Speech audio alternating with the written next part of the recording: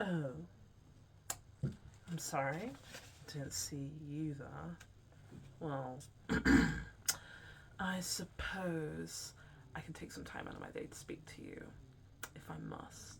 But first, I've got to decide which one of these bags will best coordinate itself with my outfit. See, the whimsy of this design will certainly allow me to be the main event, the main category even. Yet, I don't wish for my own bag to outdress me. That would be unsightly.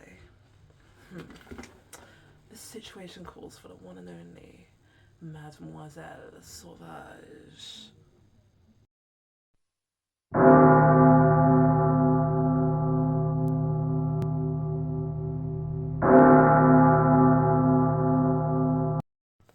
Now, before I start this video, this is going to be a long one. If you're literally standing in the Vendula store right now trying to decide if you should make the purchase and you just want a brief summary of all the points covered in this video, you can skip to...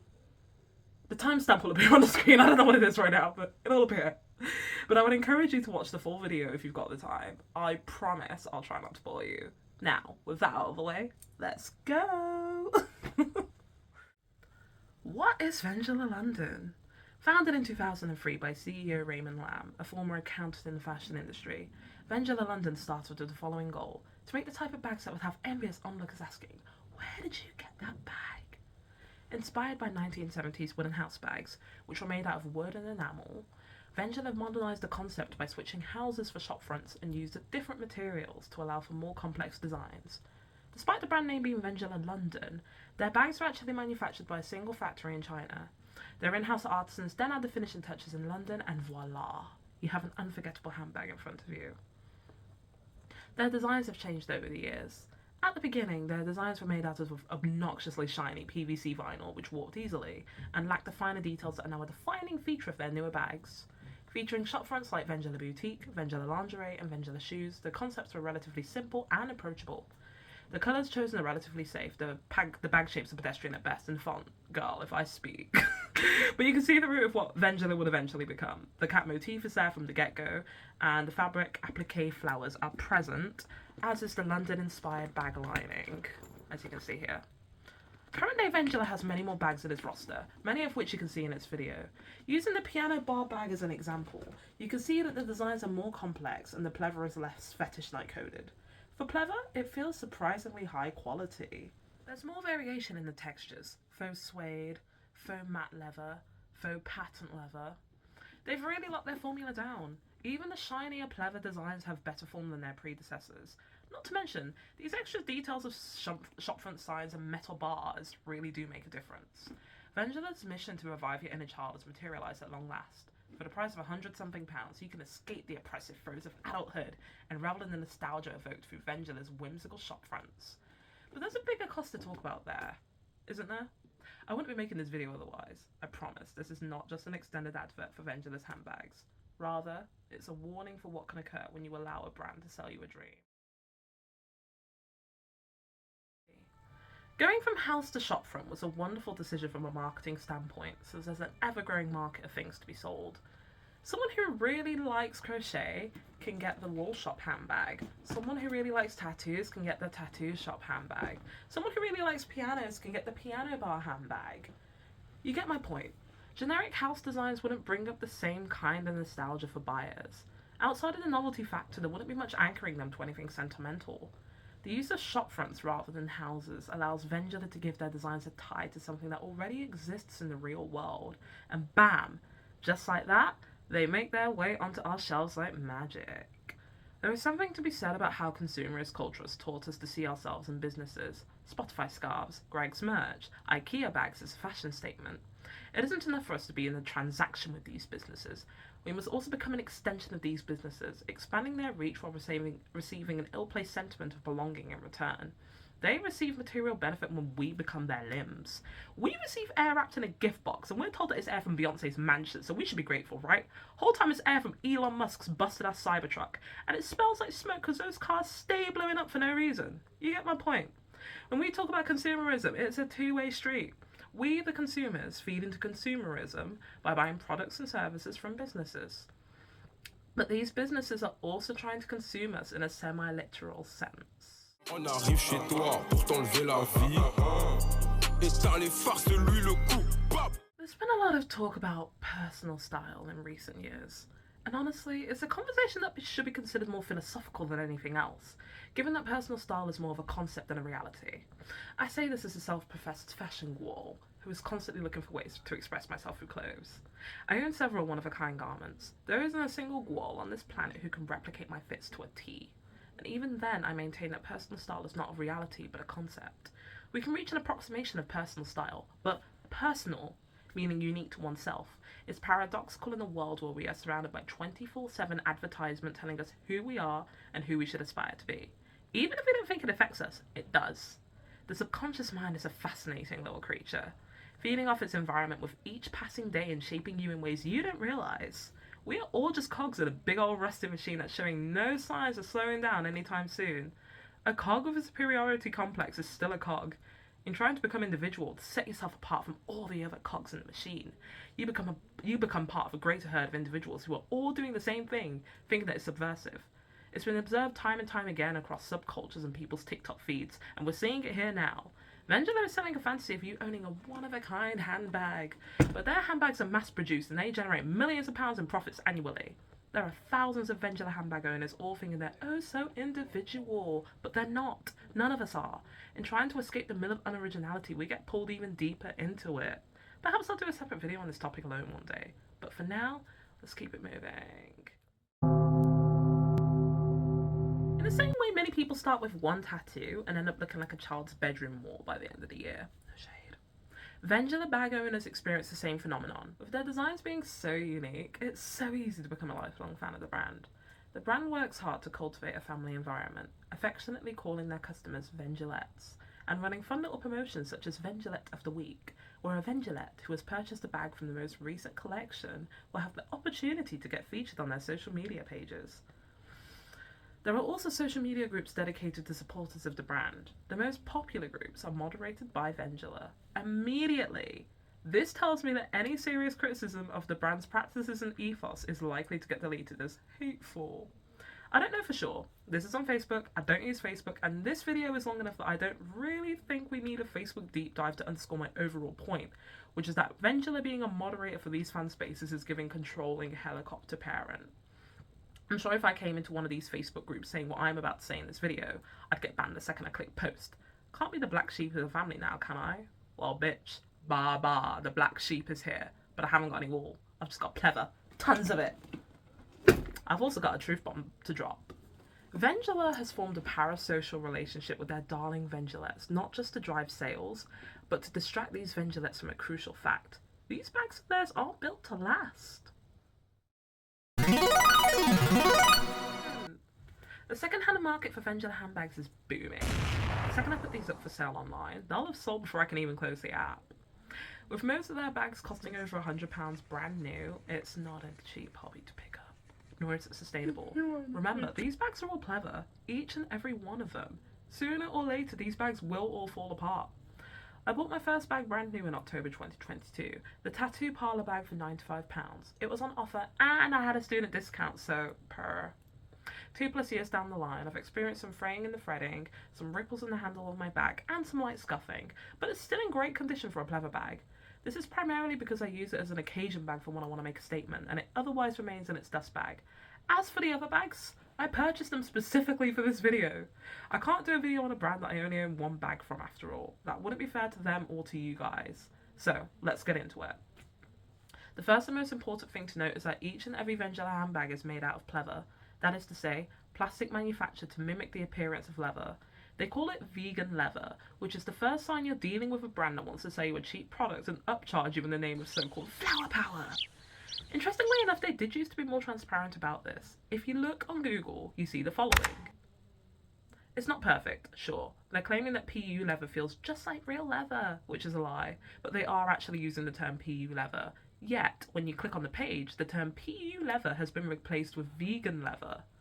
On their own website, they state the following in their FAQ. We actually never set out to be a vegan brand. We started using non-animal leather simply because we wanted to make super strong bags that could withstand everything we do to them. First of all, note that they use the term non-animal leathers, implying that plastic could ever be a type of leather. It can't. This is a form of deceptive marketing. Language aside, we can see that by their own admission, the vegan angle was not their primary motivation in making these handbags, and yet it's become their main point of marketing. All you have to do is look at the website and see the wave of top vegan brand awards they've won. The CEO states in an interview with Business Mondays that his aim was to create a brand to show customers we do not need to exploit animals for fashion and provide fantastic quality vegan handbags with incredible attention to detail. He's remained consistent in saying that quality is the reason for using pleather over leather. We'll break that down later, don't worry. But the idea of saving the animals is a new addition. Now, let's actually break down the language here. On the surface, it's a statement that sounds entirely logical. We do not need to exploit animals for fashion. You'd sound like a monster if you agreed with that. But by prefacing with a statement that no reasonable person would disagree with, it makes it harder to negate what follows. Fantastic quality vegan handbags. There is no way around it. The idea of fantastic quality and vegan, i.e. pleather, in the same sentence is outright misleading. There is nothing vegan about the fashion industry becoming polluted with non-degradable plastics that destroy the environment and leach microplastics into the water supply of humans and animals. Saving the animals by contributing to the pollution of their water sources. Saving the animals by feeding into an industry which has massively accelerated the landfill crisis we're facing. Sure. Let's cross-reference with the tags on their bags for a minute.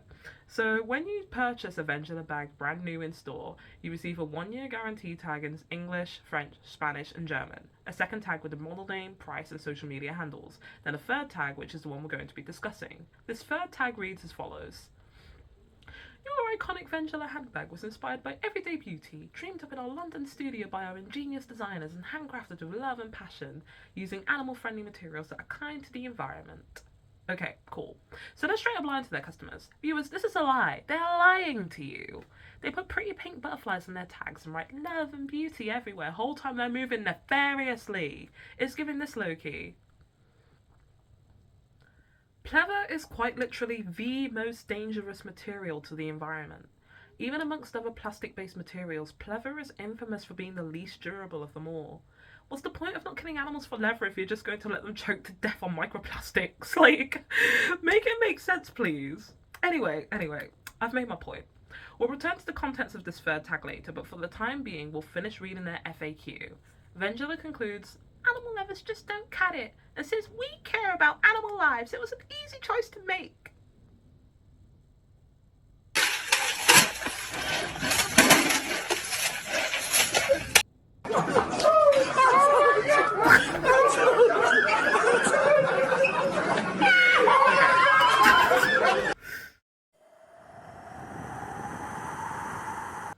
So, let's deconstruct this whole idea that caring about animal lives and using leather are somehow mutually exclusive.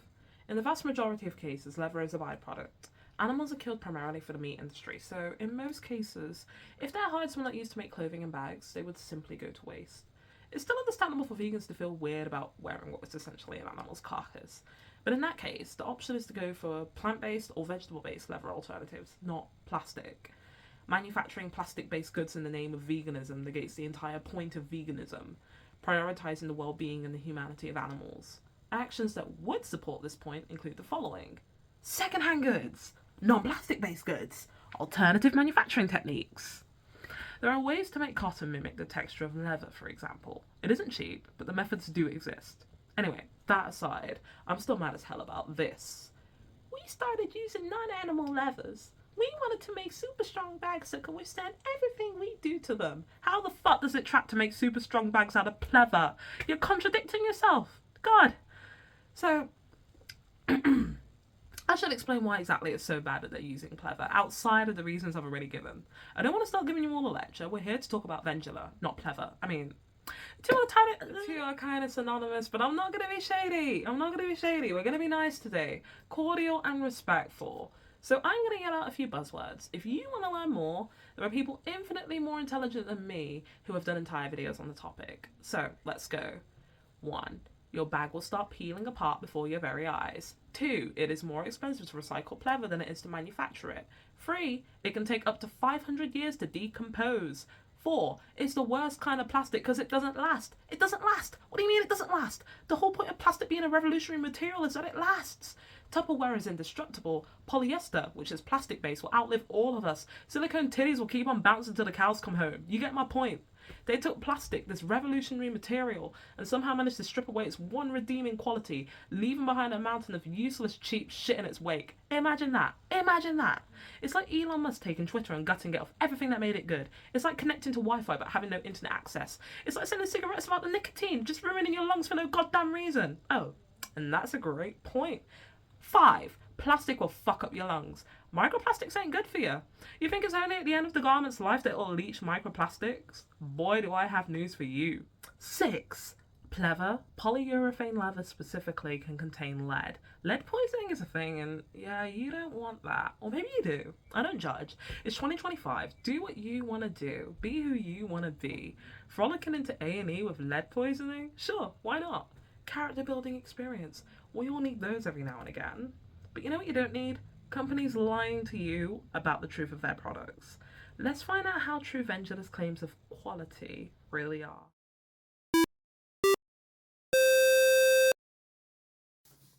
First of all, looking at the reviews for Vendula London on Trustpilot, we can see that they have an average rating of 3.3 stars at the time of planning this video, January the 16th, 2025.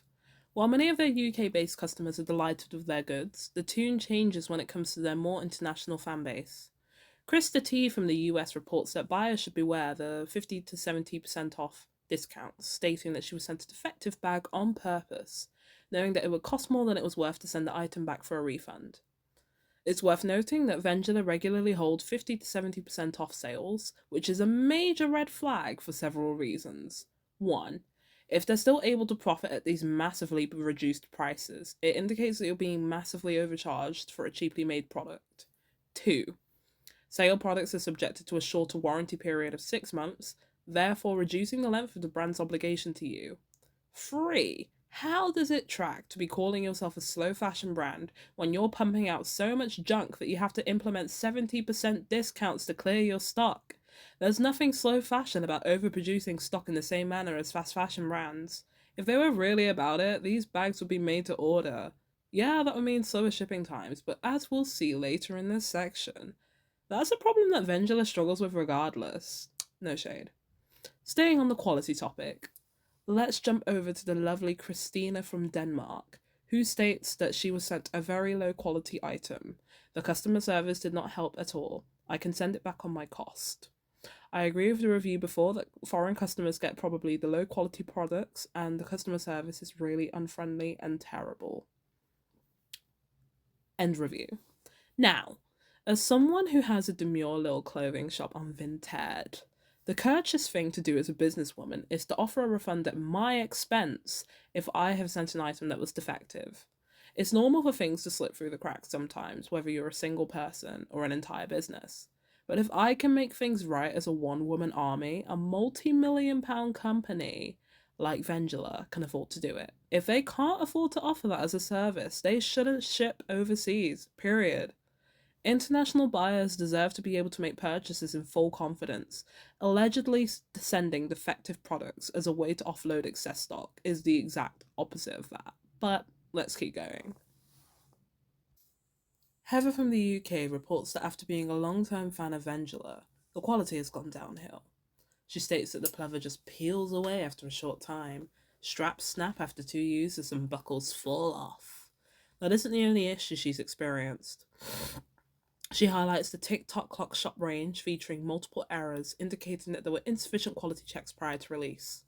The brand claimed that the errors were intentional, but when fans confronted them on this matter, comments were deleted and several of these fans were blocked. Shoddy quality combined with unrepentantly uncooperative customer service has turned her against a brand she used to support wholeheartedly. This is the case with many, many brands that garner popularity. Once they have a solid fan base, the quality starts to drop as they're no longer hungry for it. Now, I did some research and I did indeed find proof of the TikTok range featuring basic errors that should never have made it past the quality check. As you can see, on the clocks featuring Roman numerals, 4 is written incorrectly. It should be written as IV, but it is instead written as I. So, which one is it, Vendula? Were the errors intentional, or did you just want to justify blocking fans who pointed out your errors and didn't keep viewing your brand through rose tinted lens? It's just so childish. All they had to do was say, yes, we made an error. But they doubled down and erased any dissenting voices. If we look at their FAQ and how misleading it is, not surprising that their customer facing service would act in this way. But like I said, I'm trying not to be shady, so let's keep it moving, okay? Next, we have Druzy from the UK, who alleges that Vendula does not have the appropriate amount of staff to handle the amount of orders they receive. Now, from what we know about Vendula, their bags are primarily constructed in China, and the finishing touches are added by their artisans in London. They work with a single factory and they only own one store in London, which is located in Covent Garden. They do also allow other boutiques to stock their bags, but they're a small scale operation in the grand scheme of things, so that could explain the slow dispatch times. However, this isn't the only complaint of unsatisfactory delivery times. Ashley Ford from the US echoes the same sentiment. This is an older review, but it seems little has changed in the 2-year gap between these reviews. It is important to point out that while Vendula can be held liable for slow dispatch, slow delivery is a different matter. Some delivery services are just slower than others, and there isn't much that can be done about that. However, saying that's just delivery isn't really the key to offering good customer service. One company that I've ordered shirts from has a dispatch guarantee, where if an item isn't dispatched within 48 hours, I receive a voucher towards my next purchase. It's a simple solution which guarantees I'll spend more money with them, and at the same time, it allows me to have more confidence in the service they offer. There are solutions that don't involve magically invoking delivery this, delivery that. Also, if Vendula wants to be the upclass brand it purports itself to be, that requires an upclass service. When I've ordered clothes online with a hefty price tag, I received updates every step of the way, and the final product felt impossibly luxurious before I'd even opened the package. I remember ordering my first pair of Zimmermann trousers made out of a caramel silk twill with a moon belt, and it came in this perfectly packaged box which I didn't even want to open because I didn't want to ruin it. That's what it means to offer next level service. The top tier customer communication and the luxurious packaging.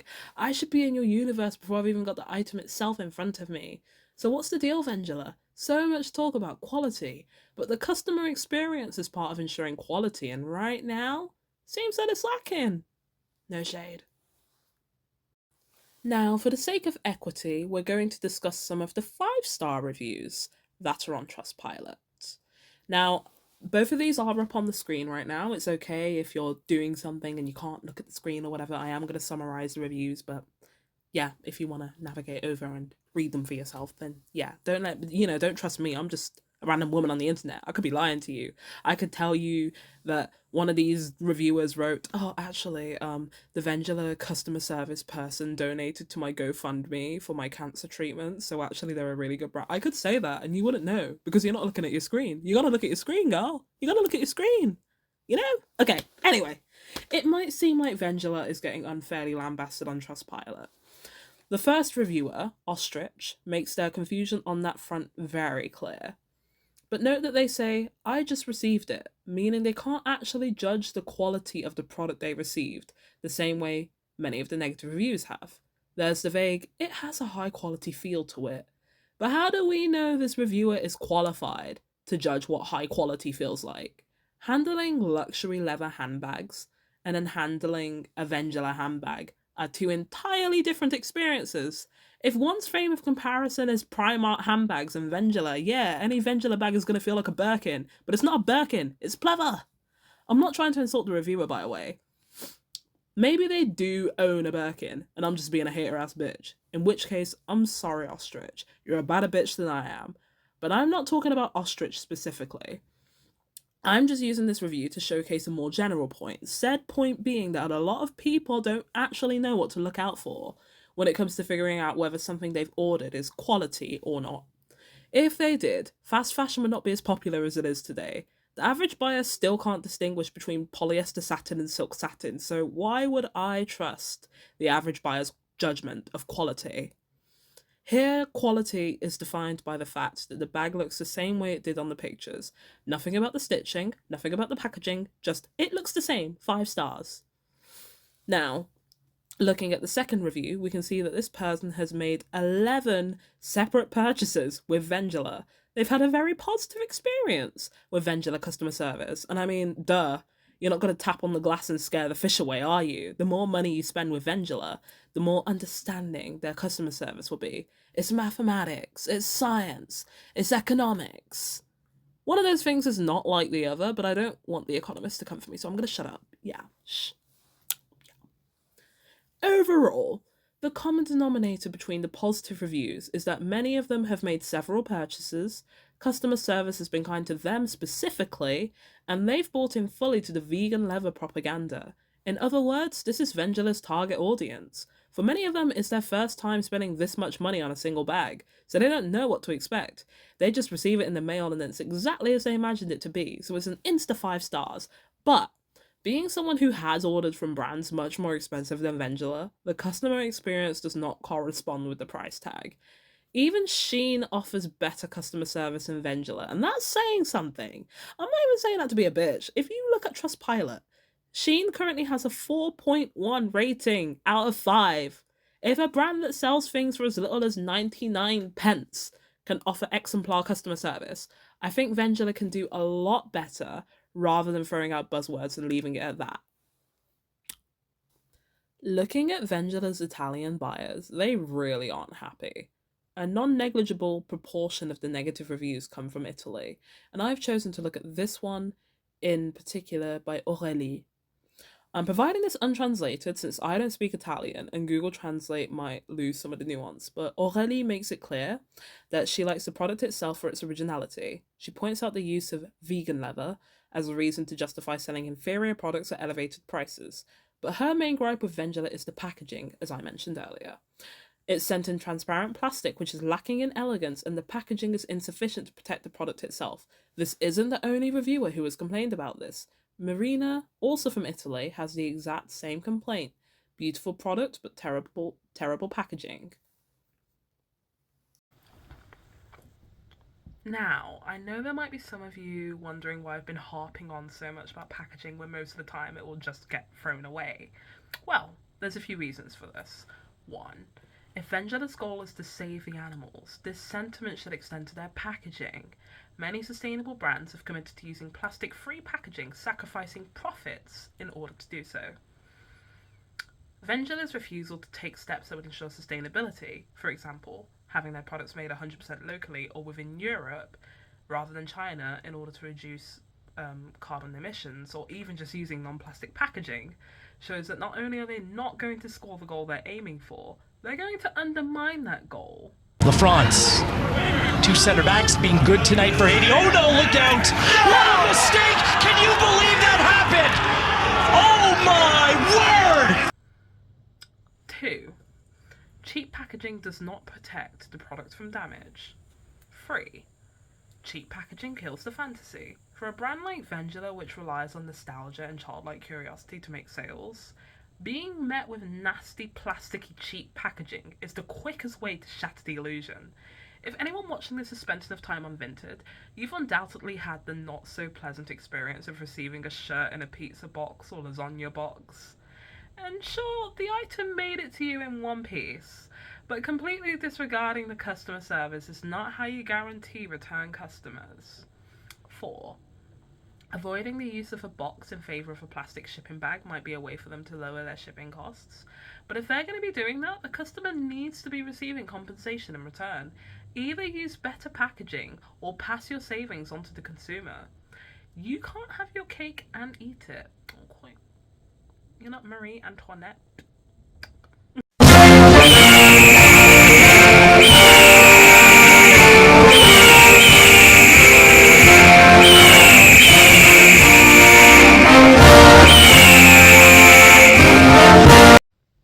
Readers, listeners, chat. The allegation you're about to see on your screen is so serious that I have made a new heading just to commemorate the moment. You have been warned. Kendall Patterson from the US in a review dated August the 30th, 2024, makes a shocking allegation that Vendula London has been overcharging its US-based customers. Now, I was able to verify this myself. At the time of recording this video, the allegations are correct. US buyers are indeed being massively overcharged for the same products. I conducted a test with the TikTok clock shop grab bag and the old post office zipper purse. In British pounds, this comes to £175, not including shipping. The US conversion of this would be roughly $215. The same items on the US website come to $325, which is an inexplicable increase of $115. Yo, come on, man, I can't have shit in this house! This doesn't include shipping, nor does it include additional customs costs. Greed is what it is, pure and simple. It's greed. For equity, I decided to conduct a test for France, where I am based at the moment, and the same items come to €210. £175 converted to euros is €207, so the price remains essentially unchanged for European buyers. It's worth noting that Vendula doesn't allow you to choose which version of the website you buy from either. I had a really annoying experience with that while trying to do this video, since it would constantly redirect me to the French website, and it was like, well, how am I meant to check UK prices if you won't let me into the goddamn website? Let me in! Let me in! As for other countries, the Latin America and the Canada option redirects to the US website, meaning they are also overcharged. From what I can see, Vendula has 3 tiers. The UK tier, which gets the best prices and the lowest shipping, which makes sense as it's a London-based brand. Then the Europe tier, which has comparable prices and no customs as they ship from within Europe. I will note that there are reviews from Europeans that have complained about custom charges, so this might be a more recent development, but it is a development nonetheless. Anyway, we're left with the final tier, the America tier. They are getting milked for every last penny, like, come on guys! The US is not one of our colonies anymore, you can't be doing all this. It's like, you guys really do not respect your North and South American customers. Like, they're receiving defective products, frostier customer service, and now this. It speaks for itself really, so I'm not going to say anything else on the topic. Like, you make up your own mind.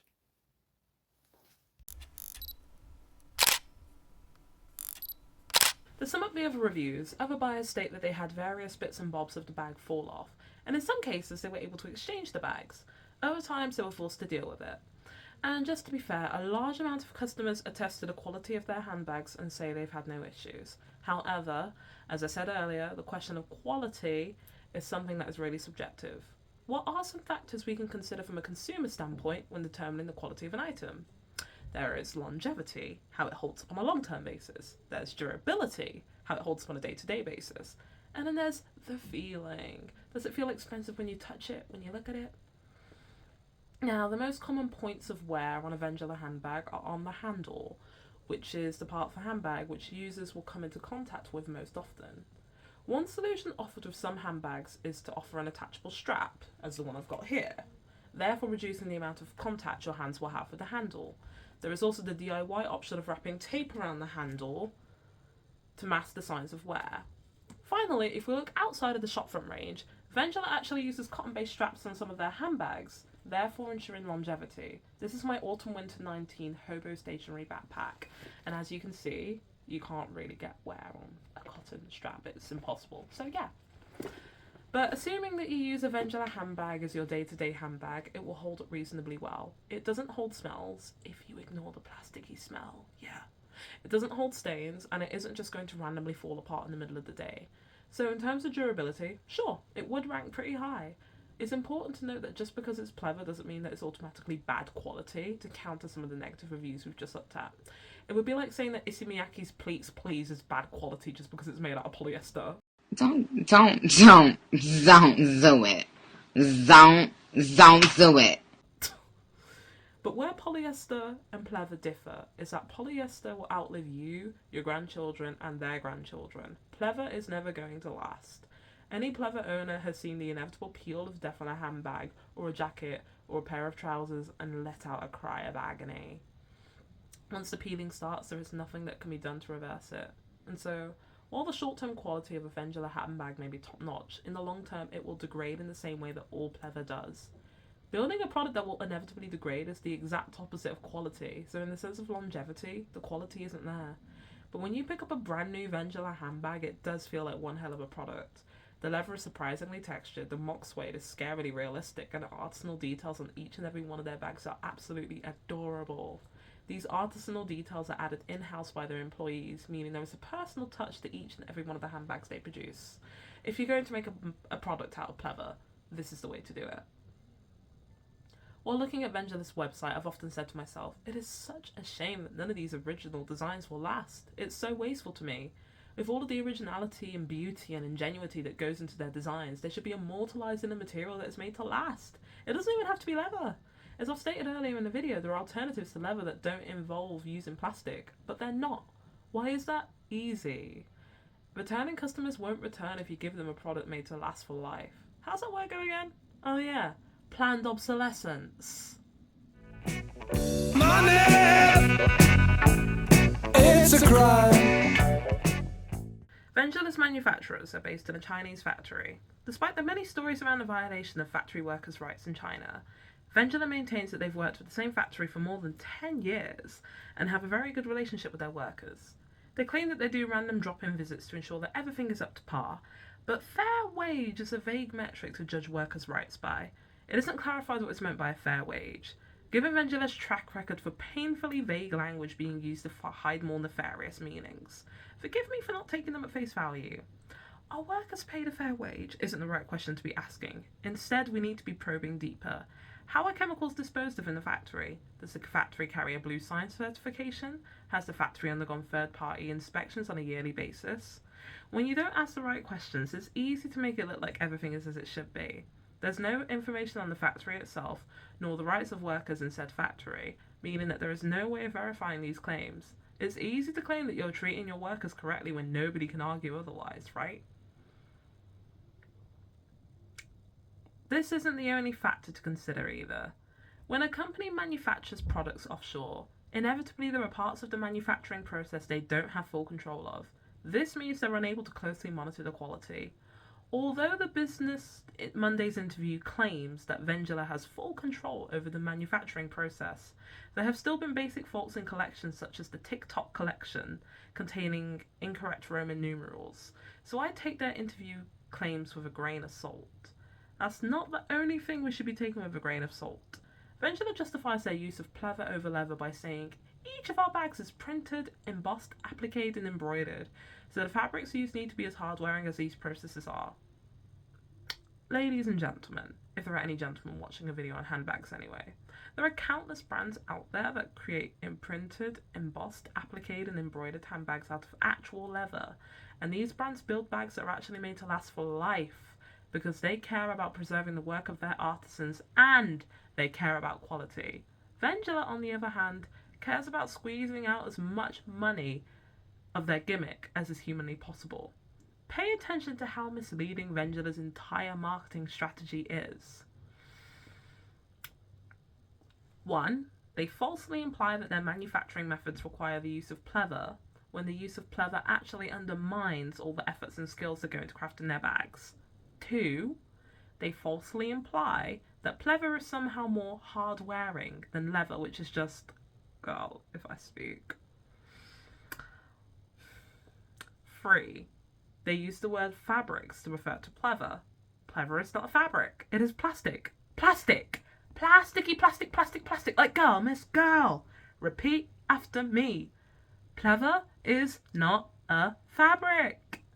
Just to add insult to injury, let's look at Vendula's response when asked, how do I look after my Vendula product? Our bags are pretty sturdy and will stand the test of time if you look after them right. Faux leather does not easily decompose in landfill. Plastic-based leathers degrade like other plastics. They could take up to 500 years to decompose, and as they do, they break down into nefarious microplastics that can release toxic chemicals. Synthetic plastic-based fibres and leather can also shed microplastics during use, not just after they are discarded.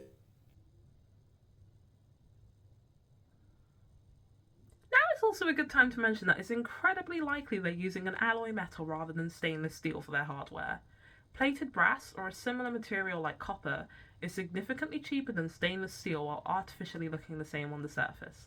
What this means is that over time, the plating will oxidize and your steel hardware will start to show irreversible signs of wear, just like I'm showing you on screen right now. I don't know if you can see that too well, but I will include photos as well. Granted, it isn't super noticeable, but it does contradict what they're saying here. Finally, note how this doesn't actually answer the question, how do I look after my Vendula product? It'll last if you look after it right. Okay, girl, but how? The answer to that is that there's no way to stop pleather from degrading. It's pleather. That's what it does. Sure, there's obvious ways of prolonging the life of a pleather bag. Don't stomp on it in stilettos. Don't fling it off the top of a skyscraper. Don't set it on fire. But outside of the obvious, it's plastic. It's going to degrade whether you like it or not. The team at Vendula know this, which is why they avoid addressing this exact point here, instead deflecting with the mention of dust bags. Every bag comes with our iconic pink dust bags. Remember to store your Vendula London bag inside that dust bag when you're not using it to keep it free of, well, dust. I'm not going to complain about this. Dust bags are good. If you've got a decently expensive bag, you should absolutely be protecting it with a dust bag. Good on Vendula. And although you might be tempted to show them off in a window, keep them out of direct sunlight to preserve the colours and out of puddles. Our vegan approved fabrics are water resistant, but your bags are best kept out of the sea. Again, no notes from me. This is all good advice. However, do note the line about your bags are best kept out of the sea. This is a blink and you'll miss it type of nod to the fact that microplastics leaching into the sea isn't good for sea life. However, 99% of people who read this aren't going to catch that. Hell, I missed that myself until I started typing out the outline for this video. It's really subtle. They tell you why to keep your bag out of direct sunlight, but not why their bags might be bad for the environment. Fancy that. Carry on like that, Michael, Vendula. and I'll be telling you to beat it. But anyway, let's finish reading this section. When your bag gets a bit dirty from using it, simply wipe over with a damp cloth or leather wipes. Okay, so we've gone through this entire section on caring for your bag, and there has been zero mention of the properties of pleather, which I wouldn't mind if they weren't outright lying about their bags being super strong and able to withstand anything. All you have to do is go onto Vinted and look at the droves of people trying to sell their withered, crumbling pleather bags and jackets to underscore that point. Meanwhile, even the oldest leathers can provide the coolest looks. I've got vintage leather pieces that are still beautiful to this very day. Look at this bag. Again, it is stitched, embossed, printed, all things that Vendula said were not possible with leather. They lied, by the way. They lied. My children, you're never getting this with pleather. If this is my child, pleather is the equivalent to getting one of those plastic baby dolls and insisting that it's the same as a flesh and blood newborn. However, I will give Vendula credit for the fact that they offer a 1-year guarantee on each and every one of their bags. Outlet bags have a 6-month guarantee. The guarantee covers broken straps, clasps, zips, or other manufacturing faults. It does not cover misuse of the product and wear and tear. I mean, fair enough, I've got no notes on that. It would be really easy for them to claim that manufacturing faults are due to product misuse, but from what I've seen, they are fairly good at respecting the guarantee on their products, even if they don't always offer the best service to their international customers. Now, let's go back to these tags I mentioned earlier. We're going to break down all the language here. First off, they're drawing from a very specific word bank here with words like the heavy-handed, iconic, inspired, dreamed, passion, love, quirks. They're aligning themselves with the tactics of luxury, high-fashion marketing and appealing to their customers' innate sense of fantasy so that they don't bother to think. Vendula saying, switch your brain off, dear Vendulette, and let Mother Vendula tell you why you need to spend your paycheck on this bag when you already own 8 other bags and 6 coin purses and a scarf. Secondly, note how they specify the designs are dreamed up in their London studio by their designers, but the location of the people doing the handcrafting isn't given, nor are they named. This is very sneaky. The idea is that we're meant to assume the bags are also made in London, when they are actually made in China. If they're so proud of their partnership with China, why is it not mentioned anywhere on their website? Why is it not mentioned on their tags? I had to go to a random interview to find out that their bags were manufactured in China. If you Google, where are Vendula bags manufactured? The highlighted response says London. Now, obviously, a random Facebook page is an incredible resource, and I'm not going to pretend that it is. My point here is that with the brand being named Vendula London, it's a common misconception that a lot of buyers have, thinking they're supporting local commerce and boosting the local economy when that is not actually the case.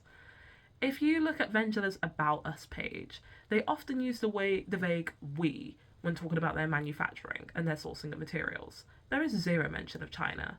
It is very, very deceptive. The way this section is worded makes it look like the bags are manufactured in-house in London.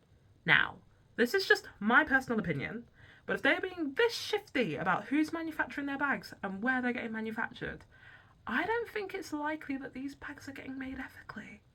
Brands tend to talk openly and publicly about the factories they partner with and the working standards, and they include this information on their website. So a brand that doesn't do this is immediately suspicious, especially when they make a point of using vague language that erases the identity of these Chinese workers they supposedly have a close relationship with. Can't be that close if you can't even recognize their existence on your own goddamn website, eh? Oh my god! Oh my god! Oh my god! I'm not done. Thirdly, note how the word flaw or fault is shied away from in favour of quirk and kink. Now, when I first bought this bag in October 2022, I thought it was wonderful that they celebrated handmade quirks as features of the bag. Now I realise that it's a way for them to excuse the manufacturing faults that may arise from their manufacturers being 5,000 miles away. The handmade thing is not as true as they want you to believe, but more on that in a minute. First, we need to understand something vital. What is the cost of quality?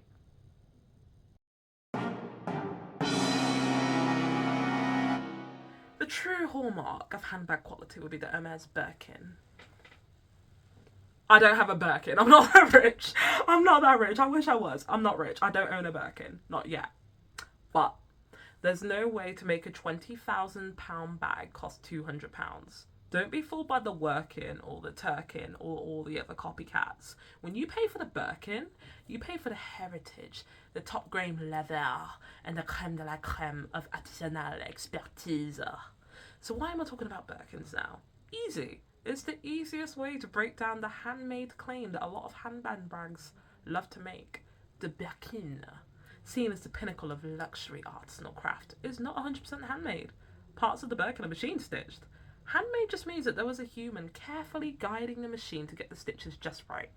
The vital parts of the Birkin most prone to wear are indeed hand stitched, but if a machine can improve innovation without decreasing quality, it is logical to do so. Brands will still market themselves as handmade because it makes people feel like they're getting something special. But handmade and 100% handmade are not the same thing. Handmade and hand-stitched are not the same thing. How does this relate to Vendula? They also claim that their bags are handmade. But let's take a close look at these bags.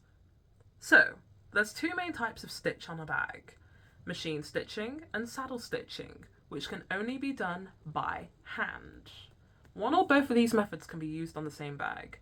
A saddle stitch ensures that one loose stitch doesn't cause the entire bag to unravel. Machine stitched bags will die the second you get one too many loose threads.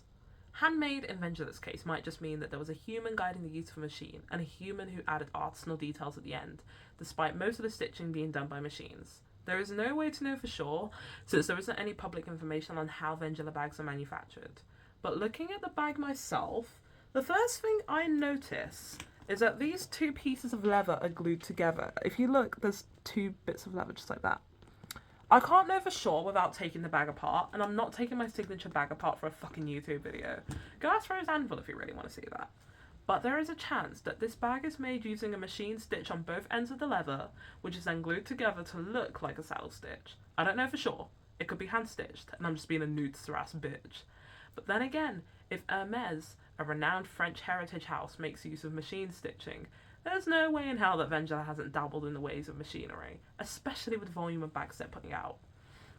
I'll take my words back when they release a video showing every stitch being done by hand, but until then, chances of it being a machine stitch is high. Machine stitching and glue, baby, that's the dream. Machine stitching is less secure, but if used in conjunction with hand stitching, it delivers the optimal middle ground between reducing strain on artisans and ensuring a high level of quality. I've never had a Vendula bag fall apart on me, and even with all these second-hand bags I've got, not a single one has objectively bad or wonky stitching. It all feels very secure on that front. So, to conclude, I think it's likely that while the vast majority may be machine stitched, perhaps they use saddle stitching on the most delicate sections to ensure two things. One, that the bag doesn't fall apart, and two, that they can legally describe their bags as handmade. So there's a question sitting on the tip of my tongue. Is it possible to make an unforgettable bag without a heritage house footing the bill, or the use of pleather?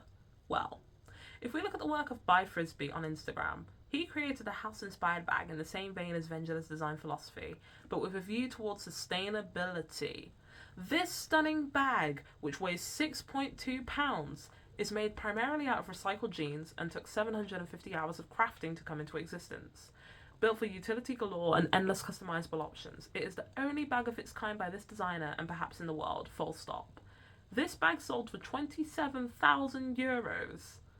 In both cases, when you have an entire team of artisans crafting with the finest materials, or a single man putting his blood, sweat and tears into an expertly crafted one-of-a-kind piece, it's gonna cost you.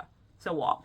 Rich people get to enjoy quality and fuck the rest of us? Well, no, that wouldn't be a satisfying conclusion. Price does not always reflect quality. If that was the case, Chanel handbags wouldn't be falling apart at their eye-watering price tags, full shade. I've seen beautiful animals butchered for horrific looking clothes, and low-quality materials turn into beautiful works of art. So where does this take us? What is quality?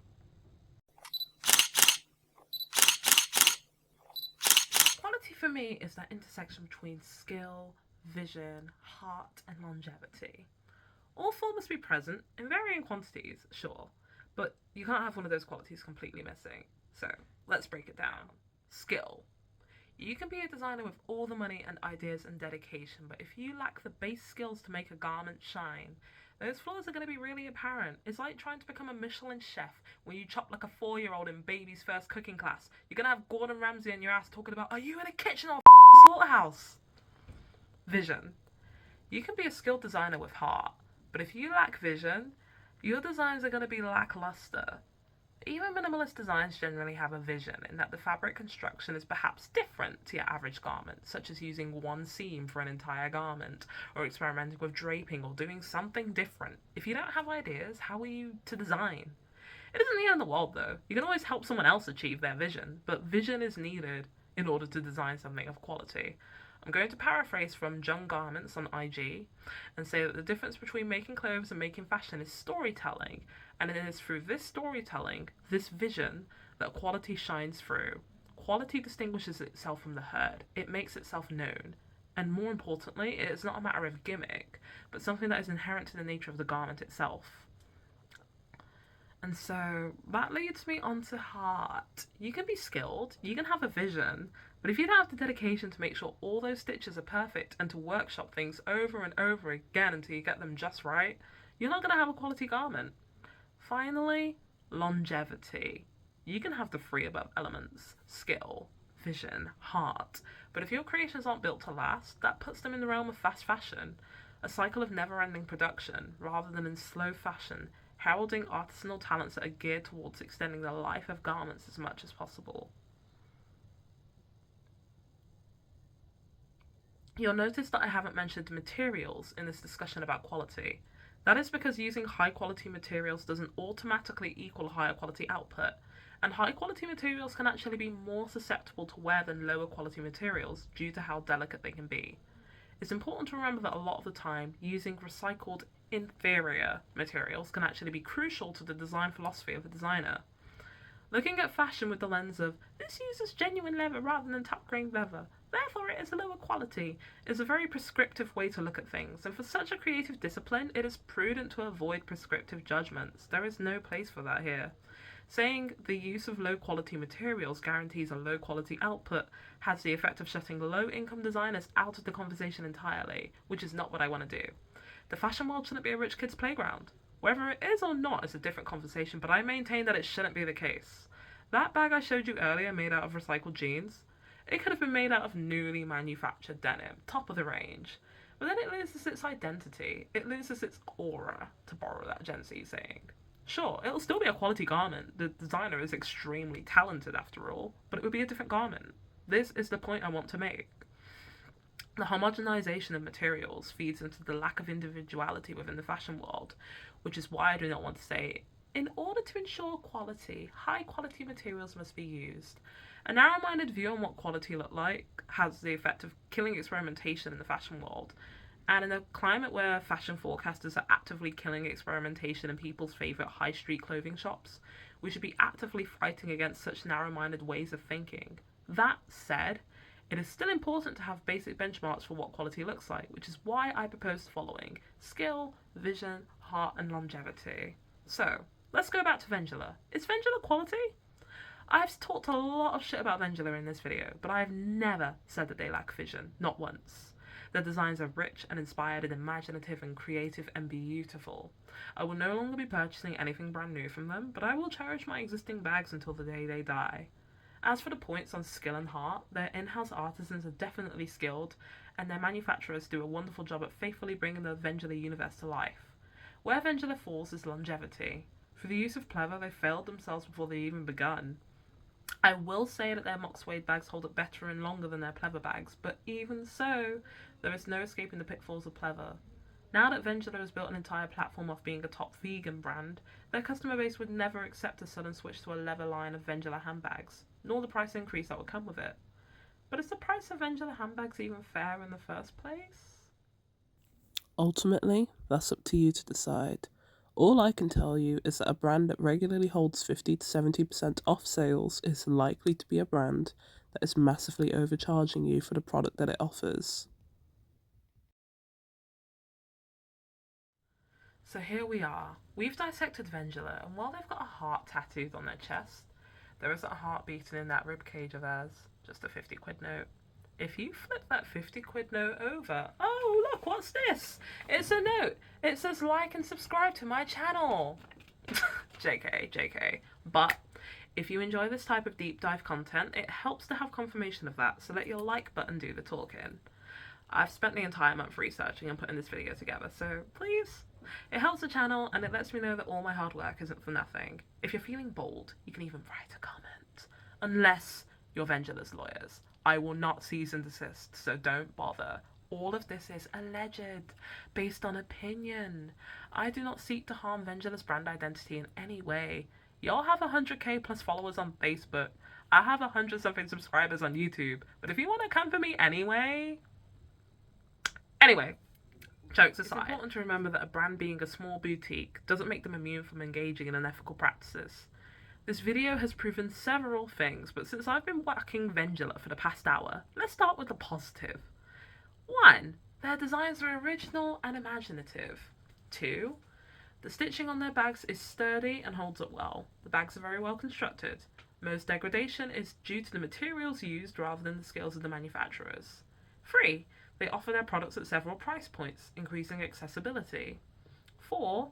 They have imaginative marketing campaigns for their products that really help to bring the Vendula universe to life. It feels like a real place. 5. The pleather isn't the worst quality pleather I've ever encountered. Well, that was quick. Now strap in, grab your popcorn. We're going to sum up the negative as concisely and as clearly as possible. Prefacing each and every one of these points with allegedly. 1. Vendula has engaged in deceptive marketing practices in their FAQ, their sales tags, and their social media pages. 2. Vendula has knowingly misrepresented the truth behind where and how their bags are manufactured. 3. Vendula has outright lied about the effects their products have on the environment. 4. Vendula has used inaccurate and vague language on several occasions to mislead their customers, the most egregious example being the fact plastic is never mentioned in any of their product descriptions, instead couched in the term vegan leather, which can include anything from plant-based leather to cork-based leather to plastic-based leather. 5. Vendula relies on the parasocial relationship it shares with its Vendulettes to make sales. Many of these Vendulettes see it as a point of pride to build as big of a collection as possible, she says, owning 5, 6 separate Vendula handbags. 6. Vendula's entire business model relies on encouraging overconsumption, and rather than making bags to order, they will routinely overproduce bags to meet projected demand. 7. Their 50% and 70% off sales being so frequent suggests that they are regularly overcharging their Vendulettes as they are still able to turn a profit with these discount prices. 8. They are systemically overcharging their American and Canadian customers. 9. They have knowingly sent out defective products to overseas customers. 10. They do not always conduct sufficient quality checks before putting products up for sale, likely due to their manufacturers being 5,000 plus miles away. 11. Vendula's products are not only anti-vegan, they are anti-environment. 12. Vendula purports as a luxury brand with the vocabulary and the prices they use, but their frosty customer service and shoddy plastic packaging doesn't match the luxury bill. 13. The positive reviews of Vendula either come from first-time buyers who have no frame of reference for what quality looks like, or from repeat buyers who are blinded by Vendula's sunny marketing and have experienced kinder customer service as a result. 14. Many of the negative reviews of Vendula, mine included, come from former Vendulettes who greatly supported the brand and already own products from them. It isn't just negative Nancy's popping out of nowhere. These are all people who previously had a lot of love for the brand. 15. Their CEO will say whatever needs to be said to secure the check. Remember, the Save the Animals angle was not the driving ethos behind Vendula when it was first founded. They added that later on for marketing purposes. 16. Planned obsolescence is at the heart of their operation. I was rooting for you. We were all rooting for you. How dare you? Learn something from this. This video was originally meant to be more of a discussion on how Vendula could prolong the longevity of their designs by making more durable materials. I was still a fan when I started making this video. It was only during my research that I realised it won't happen because profit is at the heart of their operation, not childlike whimsy like they want us to believe. It's heartbreaking. I've recommended them to friends in the past. I still think of my tattoo shop bag as my signature handbag. I swore by Vendula. But now I realise that Vendula's issues run much deeper than their vegan leather shtick. I'm never giving them another penny of my money again. You might still want to keep purchasing with them after this video, and that's fine. There are similar brands out there, but there's no one else like Vendula. Not even the fakes are convincing enough, which is saying something. But that said, as a collective, if we think deeper about what we can say with our purchasing power, we can force real change in the industry at large. Not just Vendula. Businesses with exploitative practices rely on customers not taking the time to look deeper and instead accepting what they're shown on the surface. Sometimes you have to search a little deeper to find something that's right for you. Curated selections of vintage fairs could be the answer. Maybe it's handmade delights from Etsy. Maybe it's online marketplaces such as Vinted or eBay. Secondhand is better than direct from the source after all. Whatever the case, you don't need Vendula in order to reconnect with your inner child. You just need to be curious, open-hearted, and ready to face the world with open arms. Thank you for watching.